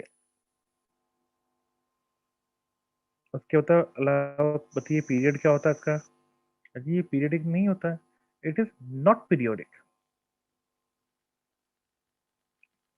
पीरियड इसमें कुछ नहीं होता है। डोमेन हो गया, रेंज हो गया। फंक्शन ये इंक्रीजिंग है डिक्रीजिंग है, ये तो बता दो। इंक्रीजिंग कैसे चेक करेंगे, ग्राफ में देखो, हाइट नोट करना सिर्फ। Can you observe, height increase करती है। अगर ये ऑब्जर्वेशन आपके पास में करेक्ट है तो दैट मीन्स ये इंक्रीजिंग है। सो इंक्रीजिंग मैं इस तरह से एरो करता हूँ अपवर्ड के लिए, तो यस इट इज इंक्रीजिंग। और वैसे आप जानते ही होंगे कि डेरिवेटिव का डेरिवेटिव पॉजिटिव आता है, ये इंक्रीजिंग है। ओके, ये जो एक्सपोनेंशियल फंक्शन है, ये एक यूनिक प्रॉपर्टी सेटिस्फाई करता है, जो कि इनके अलावा इन जनरल फंक्शन नहीं करते हैं। प्रॉपर्टी सेटिस्फाई कौन सी प्रॉपर्टी होती है आपके पास में, बताना चाहूंगा। ये होता है f x into f y is going to be f of x plus y. Okay, मैंने एक गलती की है यहाँ पे, जस्ट सेकंड में चेक कर लेता हूँ। यस, इसके अलावा एक्सपोनेंशियल के अलावा एक और फंक्शन इस प्रॉपर्टी को सेटिस्फाई करता है। I'm not able to recall right now, but I will tell you maybe in the later lectures. कभी कभी होता है कि दिमाग में नहीं आता है। ये प्रॉपर्टी हर एक एक्सपोनेंशियल फंक्शन डिफाइन करता है, बाय डिफॉल्ट इसे याद रख लीजिए, ठीक है, बाय डिफॉल्ट इसे याद रख लीजिए। बिल्कुल सही बात है, स्ट्रिक्टली इंक्रीजिंग के लिए हम लोग डेरिवेटिव को पॉजिटिव लेते हैं। You are absolutely right there. तो this is all about the exponential function. बाकी बस मैं एक चीज आपको रिकॉल करवाना चाहूंगा। जब हम लोग थे, जब लोग पढ़ते थे 10th 12th में, और उस इवन ग्रेजुएशन में भी पढ़ते थे हम लोग, तो in that time calculators were not allowed in most of the cases. जो भी कोई कॉम्प्लिकेटेड कैलकुलेशन होती थी हमारे पास में, तो उन कैलकुलेशन करने के लिए हम लोग लॉग यूज करते थे, और लॉग का हम लोग यूज करते थे एंटी लॉग, और वहां पे होता था बेस 10 होता था हमारे पास में। क्लियर? तो बेस 10 में आपके पास में चेक कीजिएगा यहाँ पे कि लॉगरिथम टेबल की मैं बात कर रहा हूँ। आप लोग क्या करते थे, कोई भी आपके पास में नंबर दिया, उस नंबर पे आपने लॉग लगा दिया। और लॉग कौन सा? 10 बेस हम लोग टेबल देखते थे। उसके बाद हम लोग बात करते थे एंटी लॉग की। चेक कीजिएगा, अगर ये वैल्यू आपके पास में आई, एंटी लॉग होता क्या था, जितना ये बेस है उसकी पावर वाई कर दो, ये आपका एंटी लॉग होता था। और ये प्रॉपर्टी कहाँ से आती है? ये प्रॉपर्टी ड्राइव होती है आपके पास में इनवर्स फंक्शन के थ्रू। तो आपने जो लॉग टेबल्स पढ़ी होंगी, तो आपने निकाला होगा log 10 base of any number what the calculation you are having. आपने इसे लिख दिया वाई आफ्टर द सिंप्लीफिकेशन। उसके बाद आप इसका एंटी लॉग लेते हैं। एंटी लॉग क्या होता है? 10 एक्सपोनेंट वाई। ये हो क्या रहा है? ये तो एक्सपोनेंशियल फंक्शन ही है। तो आपने एक चीज को पहले लॉग में कन्वर्ट किया, लॉग से फिर आपने वापस लेने के लिए इसे एक्सपोनेंशियल फंक्शन में कन्वर्ट किया। और ऐसा क्यों किया कि फंक्शन आपके पास में ये इन्वर्टेबल है। इन्वर्टेबल क्यों है? पहले दिख रहा है यहाँ पे 1 1 बियॉन्ड 2 है, दैट इज बाइजेक्टिव है, इट इज इन्वर्टेबल। अब अगर ये इन्वर्टेबल है तो इसका इन्वर्स बताओ। इसका इन्वर्स होता है लॉग फंक्शन। कैसे होता है बात करेंगे। ए टू दी पावर एक्स आपके पास में, चेक कीजिएगा, अगर ये फंक्शन आपके पास में इसका बिहेवियर कुछ ऐसे होता है, तो you take a line passing through the origin, और इस लाइन को आप बोलेंगे y equal to x line, और आप you put the mirror on the line y equal to x. जो भी आपके पास में एक्सपोनेंशियल फंक्शन है उसका ग्राफ की इमेज लेने की कोशिश कीजिए by the line y equal to x there. तो ये जो आपके पास में ग्राफ बन के आएगा, this is the graph of y equal to x, because it is invertible. ये पॉइंट मैंने आपको बताया था 0 1, इसका उल्टा कर दीजिए, ये पॉइंट आपको 1 0 हो जाएगा। तभी आप जानते हैं लॉग ए बेस वैल्यू कुछ, अच्छा मैं यहाँ भूल गया, इनकेस अगर a to the power x का ग्राफ है तो it is going to be log a base x. ये मेरे से थोड़ा सा स्लिप हो गया, कोई बात नहीं। एंड लॉग ए बेस 1 की वैल्यू ऑलवेज आपके पास में 0 होती है बिकॉज ऑफ द रीजन। और चेक कीजिए इस केस में your y equals not y equals to your x equals to 0, this is the y axis is going to be an asymptote there called the vertical asymptote। मैं दोबारा बताता हूँ, vertical asymptote सिर्फ x equals to a type की format में ही होते हैं। यहाँ पर आप देख रहे होंगे the branch of log x is going to be along the line x equals to 0, so my x equals to 0 is going to be the asymptote there। अब आगे बात कीजिए, जो आपका एक्सपोनेंशियल फंक्शन था उसका जो डोमेन था आपके पास में आर था, रेंज 0 टू इन्फिनिटी। बिकॉज मैंने इनवर्स की बात की है आपके पास में, इनवर्स के लॉग फंक्शन आपके पास में क्या हो जाएगा, it is from 0 infinity to r. और बाकी प्रॉपर्टीज बताओ, बाकी तो प्रॉपर्टी लॉग की आप लोग जानते ही हैं, मुझे मेरे ख्याल से बताने की कोई जरूरत नहीं है। बट फिर भी लॉग जो होता है आपके पास में, चेक करो लास्ट स्लाइड पे, लास्ट स्लाइड पे क्या था आपके पास में, इन्होंने एडिशन को प्रोडक्ट में कन्वर्ट किया था, एडिशन को प्रोडक्ट प्रोडक्ट में कन्वर्ट किया था। लोग उल्टा कर देगा, लोग आपके पास में प्रोडक्ट को एडिशन में कन्वर्ट कर देगा। ये इसका साइलेंट फीचर है। एडिशनली एक और मैं कमेंट करना चाहूंगा, मुझे जो डेरिवेटिव आता है या बाकी कोई भी डेफिनेशन मुझे यूज करता हूँ, that is for the sorry I forget, Deepak ji का क्वेश्चन है, inverse exist in the image. इसका इनवर्स एग्जिस्ट करेगा ही करेगा, क्योंकि फंक्शन आपके पास में चेक कीजिएगा, it is strictly increasing, continuous भी आपके पास में, सो देयरफॉर इनवर्स एग्जिस्ट करेगा ही करेगा, फंक्शन 1 1 2 भी होगा आपके पास में। Okay, so you can use the graphs also. अच्छा, मैं कुछ बताने वाला था, मैं हल्का सा हाँ स्लिप कर गया। Yes, the thing I was about to discuss with you, जब भी आपको पता होगा डेरिवेटिव करते हैं, किसका करते हैं, लोग ई बेस का करते हैं, नेचुरल का करते हैं, या फिर 10 बेस का करते हैं। बट जस्ट सपोज मैंने यहाँ बेस बेस दे दिया 8, 10 दिया ही नहीं। अब बात करो, अब मैं किसी की वैल्यू निकालूंगा, कैसे निकालूंगा? इस केस में you have to apply the change of base. क्या होता है change of base? It is going to log e base x upon log e base 8। Check कीजिए, आपने क्या किया, जो प्रॉब्लम थी उसे आपने ई में कन्वर्ट कर ली। बात ये मुझे मिली है टेबल, और टेबल में आपके पास में ई बेस है ही नहीं, टेबल है 10 बेस की। अब बताओ क्या करोगे? कुछ खास नहीं करना, ई बेस को 10 बेस में कन्वर्ट कर दो। तो आपके पास में बेस होना चाहिए, जिसका भी आपके पास में इनपुट है उसके हिसाब से आप क्वेश्चन को चेंज कर सकते हैं। वन मोर एडिशनल कमेंट, क्योंकि ये शायद आप लोगों ने नहीं पढ़े होंगे तभी मैं इसे यूज कर रहा हूँ, वरना बाकी चीजें आप मुझसे बेहतर जानते हैं। लॉग ए बेस बी कर लीजिए, फिर लॉग बी बेस ए कर लीजिए, answer is going to be 1 always. Okay, इसका मतलब क्या हुआ, मैं आपसे पूछ रहा लॉग 2 बेस 3 है मेरे पास में, और दूसरे क्वेश्चन में मैंने दे दिया लॉग 3 बेस 2 दे दिया। मैं पूछना चाहता हूँ इनकी वैल्यू क्या होगी। आप सिंपल सा जवाब देंगे, it is going to be 1 for you. ये जो दो चीजों में है इसे आप लोग 3 में भी कन्वर्ट कर सकते हैं। आप लिख सकते हैं आपके log a base b into log b base c into log your c base a, जिस पॉइंट से स्टार्ट हुआ उसी पे एंड कर रहे हैं, it is going to be 1 for you. बस एक चीज ध्यान दीजिएगा, जो भी आपका बेस है आपके पास में ए, ये बेस आपके पास में बिगर देन 0 होना चाहिए। और इसमें एक और होमवर्क है आपके लिए, बिगर देन 0 में भी ए बिगर देन 0 टू 1 इसका ग्राफ डिफरेंट होता है, और आपके पास में ए बिगर देन 1 का ग्राफ डिफरेंट होता है। तो मैंने यहाँ पे without taking care of the values of a, मैंने डिस्कशन करने की कोशिश की है आपके साथ में कि ग्राफ कैसा होगा। तो मैं चाहूंगा कि ये छोटा सा वर्क होमवर्क कर लें, और ये अपने जो टेलीग्राम चैनल है उस पर डाल दें इसका सॉल्यूशन, ताकि मैं भी थोड़ा सा ज्ञान अर्जित कर लूँ। ठीक है, ये बेसिकली आप आसपास की या आपस में ही पढ़ के ही चीज़ें थोड़ा सा अच्छी होती हैं, एक दूसरे से थोड़ा सा डिस्कशन करके। चलिए आगे की बात करते हैं, लॉग फंक्शन खत्म हो गई जी। अब बात करते हैं सीलिंग फंक्शन। सीलिंग फंक्शन होता क्या है, समझने की कोशिश करना। जैसे मैं आपको बता रहा था कि जब भी किसी क्वेश्चन को कॉम्प्लिकेटेड करना हो, सेंस क्या है कि मैंने आपसे पूछा था कि मुझे इंटीग्रेशन 0 टू बताइए यहाँ पे, और 2 बता दीजिए, आपका फंक्शन है साइन एक्स डीएक्स। आप खुशी खुशी बता देंगे, कोई दिक्कत नहीं। लीजिए मैं 2 को और कॉम्प्लिकेटेड करता हूँ, 2 को लिख दूंगा पाई। अब इससे अच्छा तो कुछ होगा ही नहीं, इससे अच्छा क्या फंक्शन दोगे मुझे? अच्छा, कॉम्प्लिकेशन कैसे करना है, एक्स की जगह ग्रेटेस्ट इंटीजर एक्स कर दो। अब बताओ क्या सिचुएशन होगी, अब मारेगा इस केस में। तो जब भी क्वेश्चन को थोड़ा सा भी ट्विस्ट कराओ, थोड़ा सा कॉम्प्लिकेटेड बनाओ, उस केस में ये जो सीलिंग फंक्शन है या राउंड ऑफ फंक्शन है, उनका जनरली यूज करते हैं। तो हम लोग के पास में बुक्स में जनरली तो क्या बोलते हैं, ग्रेटेस्ट इंटीजर फंक्शन ही आपके पास में होता है, that is the floor function.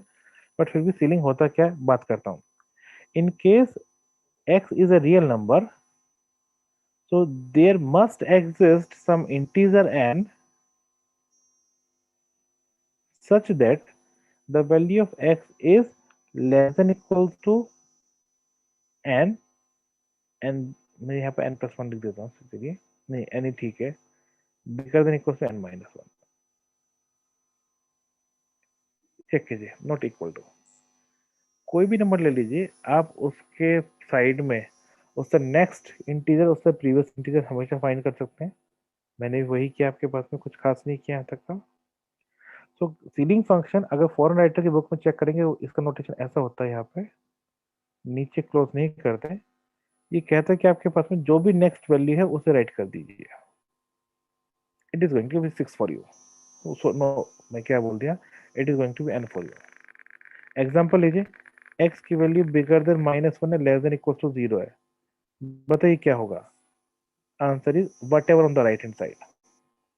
आपकी x की वैल्यू -10 है और लेस देन इक्वल टू -9 है, क्या होगा फंक्शन? नेगेटिव नहीं, एंड दैट इज ऑल। इस तरीके से आपको सीलिंग फंक्शन के बारे में बात करना है, ठीक है।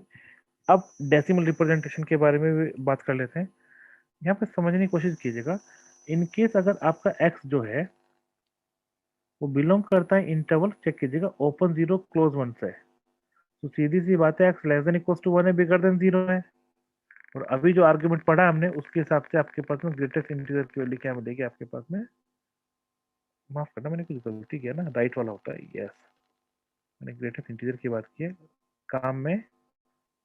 अरे बेटा, मैं बिल्कुल माफी चाहूंगा, मुझे पढ़ाना सीलिंग था, मेरे मुंह से ग्रेटेस्ट निकला है और तभी मैं यहाँ पे 0 लिख रहा था, तो मुझे थोड़ा सा ध्यान में वो चल गया था। मैं माफी चाहूंगा इसके लिए। This is the ceiling function you are having.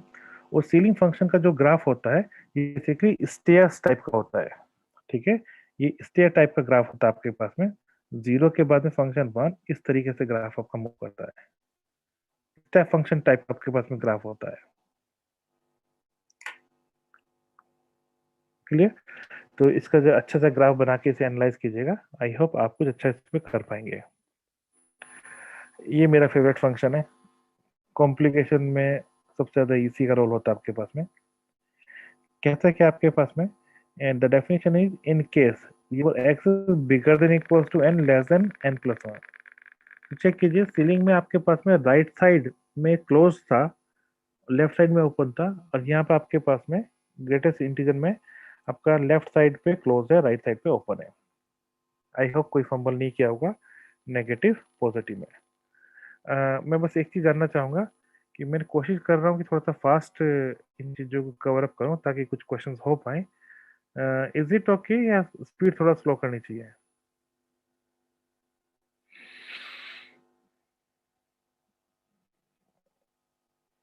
Okay sir. I hope it should B okay. चलो, ग्रेटेस्ट इंटीजर फंक्शन के बारे में बात कर लीजिए जी। इसे वैसे लिखने का तरीका तो ये होना चाहिए था, इसे फ्लोर फंक्शन बोलते हैं, तो जी फ्लोर पे कर दीजिए। लेकिन हमारे यहाँ बुक्स में ना हम लोग इसे ऐसे ही लिखते हैं, हमारे बुक्स में हम लोग इसे ऐसे ही लिखते हैं, तो मेरे ख्याल से तो कोई इशू नहीं होना चाहिए। हम लोग बस लेफ्ट वाली वैल्यू को पुट करेंगे यहाँ पे।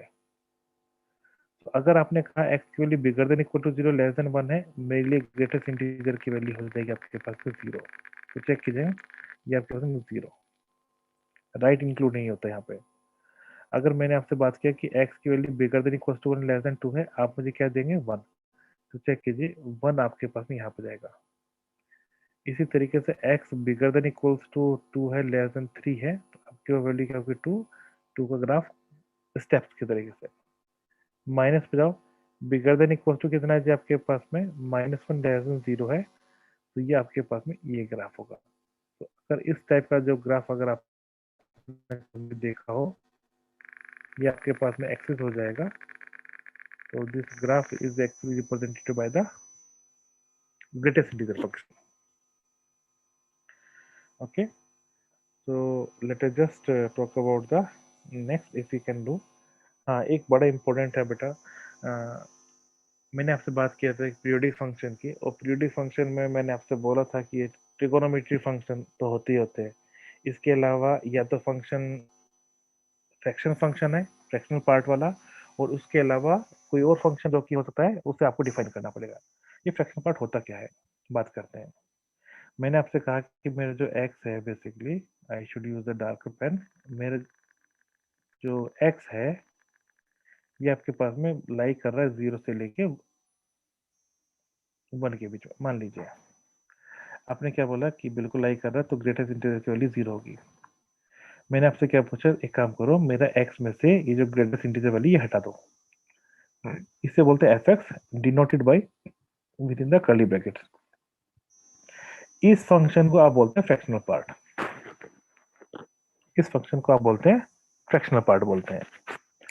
फ्रैक्शनल पार्ट का जब अगर आप ग्राफ ड्रॉ करना चाहेंगे तो ध्यान से देखना किस तरह से बनेगा।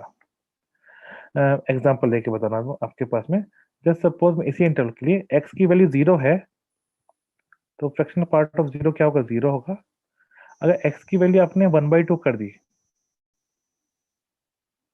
x की वैल्यू अपने पास आपने क्या की 1/2 कर दी, अब मुझे क्या बताओ, ये 1/2 होगा तो ये जो ग्राफ है एक्चुअली इस तरीके से होगा,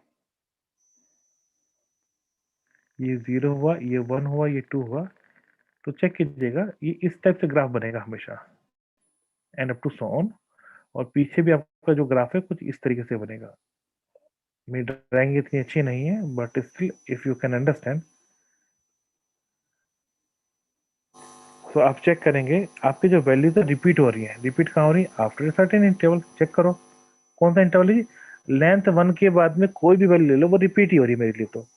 तो this type of function we call the fractional part. Domain बताओ इसका क्या होता है, ये जो डोमेन होता है इस फंक्शन का वो होता है आर, सभी के लिए डिफाइंड है। रेंज बताओ, रेंज होती है जिसकी यहाँ पे 0 1 नहीं होती। चेक करो ओपन सर्कल्स का मतलब होता है एक्सक्लूडिंग द एंड पॉइंट, तो हाइट आपके पास में इंक्लूड नहीं होती। ये आपको वाई एक्सिस, ये आपके पास में एक्स एक्सिस। तो इनके बारे में थोड़ी सी प्रैक्टिस कर लीजिएगा क्योंकि इन्हीं के बेस पे क्वेश्चन होगा। मैं एक चीज जानना चाहूंगा आपके पास में, मुझे ना आप मुझे ये बताएंगे कि the value of x square किस तरह से बिहेव करेगी whenever you are working with 0 to 2, इसके बारे में बताइए। So this may be consider as a homework, ठीक है, इसे हम लोग होमवर्क की तरह कंसिडर कर सकते हैं। ये वाली स्लाइड में आपके पास में दो तीन चीज़ों के बारे में वो बात करनी थी, यहाँ तक मैं पहुँच नहीं पाया तो उसके लिए माफ़ी चाहूँगा कि मेरी भी दूसरी क्लास है। कुछ क्वेश्चन मैंने यहाँ पे सिलेक्ट किए थे जो कि आज की क्लास के बेसिस पे थे। मैं इस पीडीएफ को आपको जो हमारा चैनल है उस पर डालूंगा और आप प्लीज इन क्वेश्चंस को ट्राई कीजिएगा। तो will talk about this questions and the solution if required may be on the Sunday. So Sunday के दिन we are having doubt classes type का सेशन होगा हमारे पास में। तो जो भी प्रीवियस ईयर्स के क्वेश्चंस आए हुए हैं मैं सबसे पहले तो उन्हें इंक्लूड करने की कोशिश करूंगा। आपकी कोई भी क्वेरीज हो तो आप मुझे यूट्यूब पे कमेंट के थ्रू या फिर अपनी सक्सेस टैब पे कमेंट के थ्रू बता सकते हैं आपके पास में चैनल पे। हम लोग वहाँ पे मेरा अनुमान है कि हम लोग 1.5 आवर्स की क्लास लेंगे। मेरे ख्याल से मनीष सर भी क्लास लेंगे आपके साथ में 1.5 आवर्स की। वो डाउट सेशन भी होंगे, हम लोग जो भी पास्ट ईयर के क्वेश्चन वो हम लोग आपके साथ में डिस्कस करेंगे। तो मे बी हम लोग 15 to 20 क्वेश्चन उस दिन आपके साथ में संडे में डिस्कस करेंगे और संडे के दिन ही based on whatever we have done उसके आपके पास में वो असाइनमेंट आएगा। क्लियर? तो ये चैप्टर हमारे पास में हो जाएगा। इसमें बस एक ही टॉपिक बचा है, बाइनरी ऑपरेशंस वाला। तो बाइनरी ऑपरेशन को साथ लेके बाकी जितने भी टाइप के क्वेश्चन अब आपको दिखेंगे वो सब यहाँ पे मैं डिस्कस करने की कोशिश करूंगा। आपको जो क्वेश्चन जहाँ से मिले एक बार भेजिएगा, मैं डिस्कस करने की कोशिश करूंगा क्योंकि लाइव क्लास में तो फिर वो लिखने में बड़ा इश्यू हो जाता है। तो अगर मैं पहले से प्रिपेयर होकर आऊँ that will be really good. I hope आज का लेक्चर थोड़ा सा मैंने फास्ट करने की कोशिश की थी बट जिन्हें ये फंक्शंस पता चल गए उनके लिए कैलकुलस कुछ नहीं है। Let me just tell you, tomorrow may not be a class. Saturday हम लोगों ने थोड़ा सा ऑफ टाइम रखा हुआ है अपने लिए। हम लोग लगभग 6 days ऑफ क्लास लेंगे, सैटरडे थोड़ा सा ऑफ रखेंगे ताकि हम लोग बाकी चीज़ें थोड़ा सा कवर अप कर सकें। ओके, हाँ संडे बिल्कुल क्लास होगी। संडे जहाँ तक है हमारे पास में, मैं आफ्टरनून में 3 PM के आसपास मैंने क्लास का सजेशन दिया था। अब देखते हैं कि मनीष सर का शेड्यूल क्या होता है क्योंकि लेट इवनिंग मेरे पास में कुछ क्लासेस होती हैं। तो इसके अलावा मैं रिक्वेस्ट करूँगा समझ में कुछ आया हो, थोड़ा सा भी समझ में आया हो तो प्लीज़ लाइक कीजिएगा यूट्यूब पे भी, और यूट्यूब पे जो भी आपके कमेंट्स है सजेशन है प्लीज़ बताइएगा। हम लोग कोशिश करेंगे अपनी तरफ से बेस्ट देने की। और इनके बाद में ये बेसिक्स है बेटा, जितना भी हम कोशिश कर पाएंगे बेसिक के बाद में जितने भी क्वेश्चन आपको करने हैं वो सबको क्वेश्चन ट्राई कर सकते हैं हम लोग। बेसिक हमें पता होना चाहिए बस। चलिए, इज देयर एनी डाउट? चलिए, धन्यवाद आपका। I hope you enjoyed the lecture. Bye, see you on Sunday.